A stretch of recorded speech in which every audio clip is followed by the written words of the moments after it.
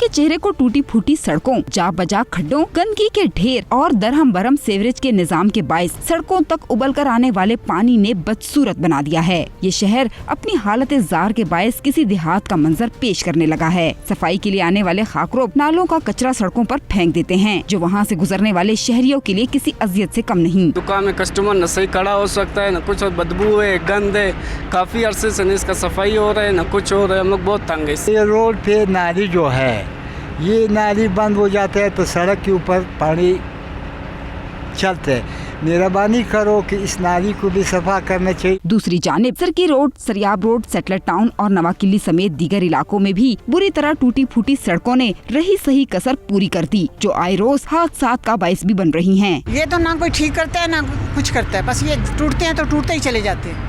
इतनी बू है कि बस कुछ मत पूछे।